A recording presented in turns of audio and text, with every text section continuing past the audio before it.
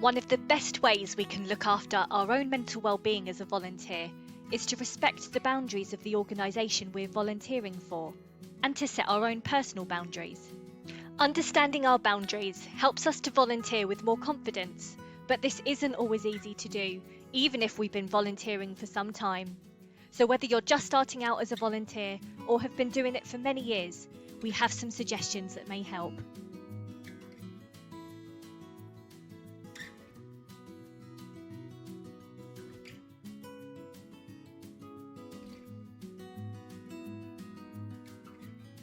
We all set boundaries in day-to-day life, even if we're not aware of it. When we say no to an invitation because it's too short notice, or delay responding to a message or email because we're busy, we're setting a boundary. When volunteering, boundaries mark the line between what is and what isn't acceptable. In how we help and support other people, in how we represent the organisation we're volunteering for, and just as importantly, in how we wish to be treated, what we feel comfortable doing, and the amount of time we have to give. Having a clear understanding of what's expected of us in our role as a volunteer helps us to not overstretch ourselves, and protects our well-being and safety, along with that of the people we're supporting. As a volunteer, it's common to feel like we're never doing enough, or that we need to do more to help. And over time, this can have a big impact on both our physical and mental well-being. Boundaries are necessary for well-being by helping us to understand what's expected of us, to manage other people's expectations, to feel less overwhelmed, and to prevent us from burnout. But putting boundaries in place can be really difficult, and if you're finding this a challenge, know you're not alone. Be kind to yourself. We're not always going to get it right, and that's absolutely okay. It's never too late to think about our boundaries and set new ones, so here are some tips that may help. Remember that different things work for different people. Only try what you feel comfortable with. Tip 1. Be mindful of how you're feeling. We all experience stress, and being under pressure is a normal part of life. But if we're becoming overwhelmed by feelings of stress, and it's impacting our daily life, we may want to reflect on our boundaries and whether there are any changes we want to make.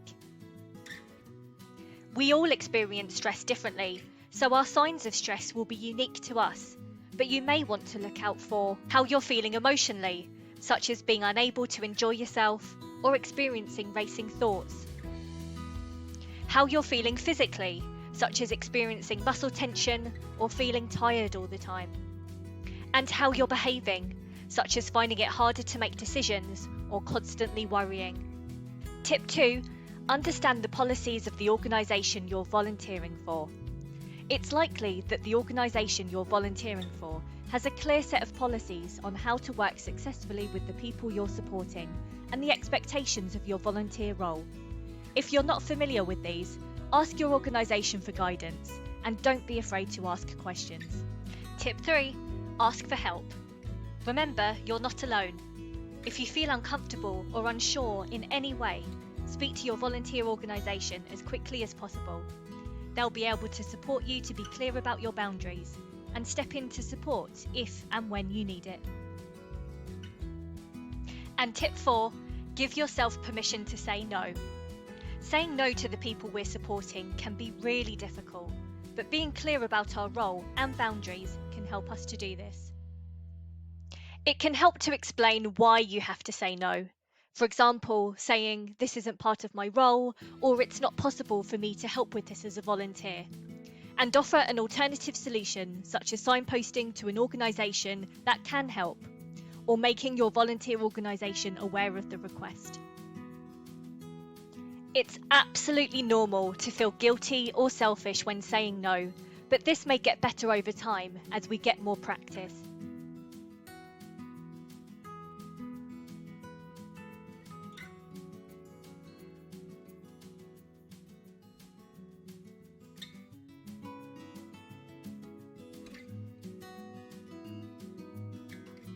It's always okay to ask for help if you need it.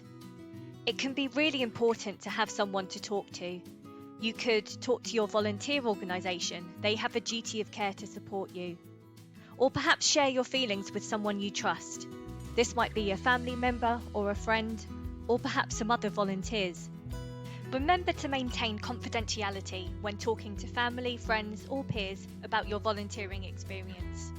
It's important not to share any names, identify service users in any way, or share any sensitive or confidential information. If you're having thoughts and feelings that are difficult to cope with, which are impacting on your day-to-day life, you may want to seek help from your GP.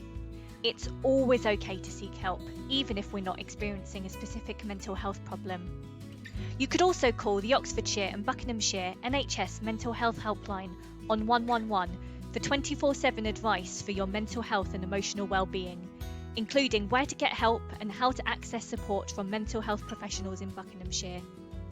Other helplines, such as the Samaritans, provide in-the-moment listening support 24 hours a day. Call them on 116 123 for free.